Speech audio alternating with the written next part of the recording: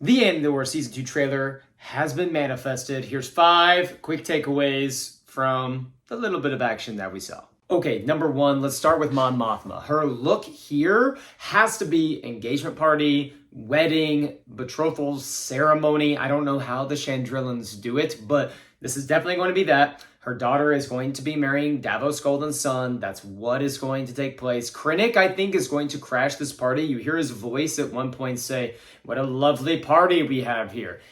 It has to be him crashing Mon Mothma's daughter's big moment. And there's obviously that part where she looks back, and there's going to be a lot of tension filled here. We're going to see her have to sacrifice most of her family ties in this show anyway. This is going to be step 1 towards that, where you're starting to see the lines between rebellion, senator, and the empire really kind of merge together and become impossible for her to escape. I think this happens in the first arc of episodes, the very first 3. I think this is going to be something that takes place early on. It was one of the last scenes that we were left with those characters. So we're going to see this early on. It's going to help set the stage when the Gorman massacre takes place and she fully leaves the Senate and has to even sever all of those family ties. Number 2, let's talk about Krennic.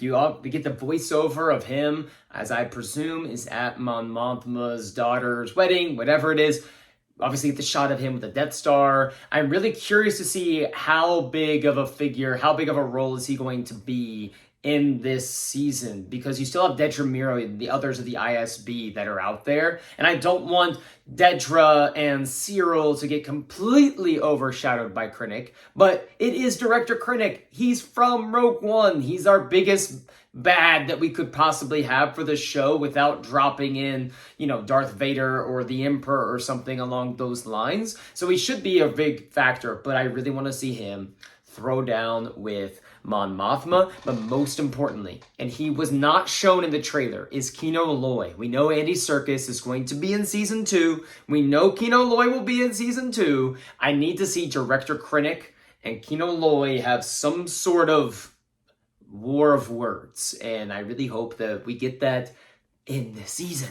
Let's talk about the Gorman Massacre. I have been wondering for a while what role the Rebel Alliance is going to play in the Gorman Massacre, because we see just bodies littered on the ground here, and this is a pivotal moment. We need to see this happen, because this is why Mon Mothma ultimately makes her declaration against Palpatine. She leaves. We know that Rebels arc from Star Wars Rebels, so this is a big moment in the ongoing battle of the rebellion versus the empire that brings a lot of the rebel pieces together. And I do wonder, we see Cassian here on the scene. Is there some way that, whether it's Saw Gerrera's people or Cassian and some of his people, do they instigate this? Are they part of the reason that the empire starts laying waste to the Gormans? And there's a little responsibility that they have to bear from this. We see in Rogue One, Cassian saying, "We've all done terrible things on behalf of the rebellion." Could being partially responsible for the massacre, the Gorman massacre, could that be one of the terrible things he's responsible for? I don't know. Really curious to see. Number 4, Dantooine. I think we're going to Dantooine in this show. I don't know if it's this shot here where the ships are flying away, there's a rebel person dead here as they're trying to escape, or if it's some of the scenes where there's the grassy field and Cassian is getting on a TIE interceptor of some sort, perhaps, and laying waste to stormtroopers. I don't know. I think we're going to see Dantooine. We obviously know this builds up to them being a Yavin, but I would love to see them dive into some of the other hideouts from the Rebel Alliance days. We know that the Rebel Alliance was at Crate for a little while based on the Princess of Alderaan, Leia Princess of Alderaan book. Could that be a place that we visit? But Dantooine, they were there right before Leia was imprisoned by Tarkin and Vader.